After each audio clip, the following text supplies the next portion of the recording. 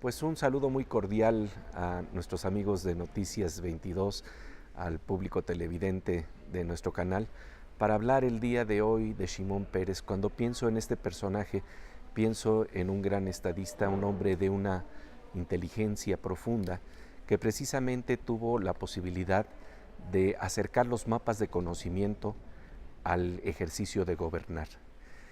Y esto es muy interesante porque simplemente hay que pensar qué es lo que ocurre cuando un estadista tiene mapas de literatura y tiene mapas de la ciencia para tratar de gobernar su conciencia colectiva, para tratar de influir en el mundo que vive. Hay que considerar simple y sencillamente que a los 9 años, Shimon Peres, quien nace en Polonia en 1923, es un personaje que ya está leyendo a Dostoyevsky, está leyendo Crimen y Castigo y tiene una influencia profunda a tal grado de intensidad que en las noches no podía dormir por todo lo que se estimulaba a su imaginación. Este personaje llega a lo que entonces era Palestina y se vuelve realmente clave en la fundación del Estado de Israel. Es la persona que acompaña a Ben Gurión, realmente ayudándolo, apoyándolo y realmente tiene también la posibilidad de aprender mucho de la visión de Estado que tenía un personaje como David Ben Gurión. Hay una anécdota muy interesante que nos habla de cómo cuando tiene la oportunidad de por fin platicar con él por primera vez en su vida, le dan un aventón de Tel Aviv a Haifa y entonces él está muy emocionado de que va a poder platicar como joven con Ben Gurión, pero Ben Gurión simple y sencillamente está en otra cosa, no le dirige ninguna palabra, hasta que de repente, ya casi cuando está terminando el viaje, de repente le dice las palabras Trotsky. Trotsky. Trotsky no tenía la capacidad que tenía un Lenin. Y le empieza a plantear la diferencia entre un hombre que puede ser intelectualmente superior, como así consideraba a Trotsky, con Lenin, y diciéndole que en todo caso lo que le parecía más importante era la capacidad de decidir y de arriesgar que tenía Lenin. Decía, no puedes quedarte en la idea de que no vas a tener ni paz ni guerra, sino que tienes que tomar una decisión con todos los riesgos que esto conlleva. Apostar por la paz o apostar por la guerra. Y en este caso es muy claro que Shimon Peres apostó por la paz. Es el arquitecto de los tratados de Oslo en 1993 que le llevan a recibir el premio Nobel junto con Arafat y junto con Rabin, precisamente por el acercamiento entre las culturas de Israel y Palestina. Y claro, esto implica cambios, esto implica también cambios de postura, cambios, transformaciones.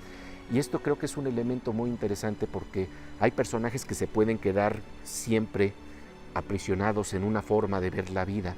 Amos Oz, que fue muy amigo de Shimon Peres, planteaba que eso es precisamente uno de los rasgos que él apreciaba en Shimon Peres.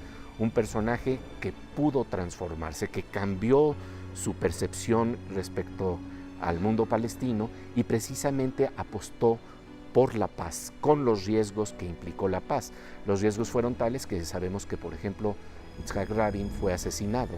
Yo tuve la oportunidad de conocerlo en una visita que tuvo en México, en donde se armó una pequeña rueda, en donde habíamos 5 periodistas de diferentes medios y nos dieron la oportunidad de hacer algunas preguntas a Shimon Peres. Entonces, cuando terminaron las rondas de preguntas de mis compañeros periodistas, yo le dije, usted fue amigo del novelista Isaac Bashevis Singer, y de verdad se le creó una sonrisa en el rostro maravillosa, y entonces me empezó a platicar que sí, que cómo sabía eso de que él era amigo de un novelista, y entonces me empezó a hablar de su amor por la literatura, empezó a hablarme de Borges, y luego le empecé a plantear precisamente qué es lo que pueden hacer los mapas de la literatura al poder leer el corazón humano de una manera más completa y profunda para transformar precisamente las cosas, porque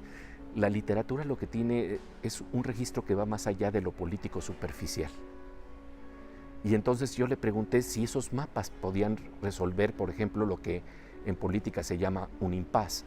Y hay que decir que el Medio Oriente está lleno de lo que se llama impas, que quiere decir todo está trabado, ¿no? Simple y sencillamente cada quien se enconcha en sus posturas y nadie quiere dar un paso que sea un riesgo, tanto en el lado israelí como en el lado palestino.